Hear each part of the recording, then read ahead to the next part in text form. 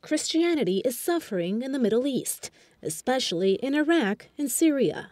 Amid the wave of death and destruction, the world seems indifferent. 1 year after the massive exodus of Christians from Iraq, Pope Francis issued a message calling on the international community to take action and to denounce these crimes. The Vatican is responding to the crisis, but it recognizes that more still needs to be done.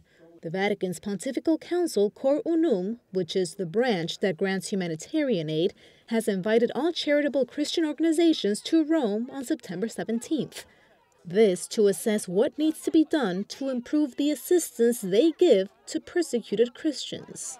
It's very disappointing to see that the human aspect of this crisis is not the priority, but rather it's politics that's in first place. Politics and military action are the topics of discussion. It's important for the world to see that behind this war, there are people suffering.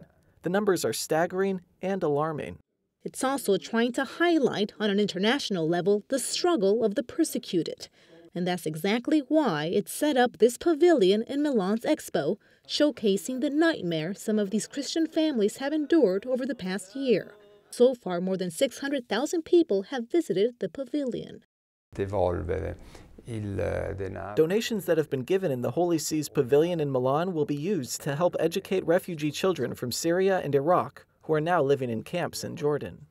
Now, under threats of the Islamic State, more and more Christians are being forced to flee their homes.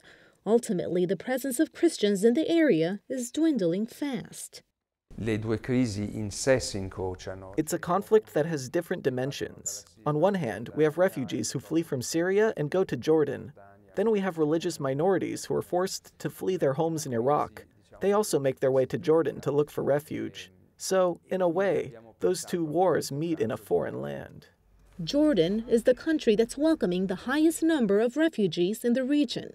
The nation has a population of 6 million people, and it houses more than 2 million refugees.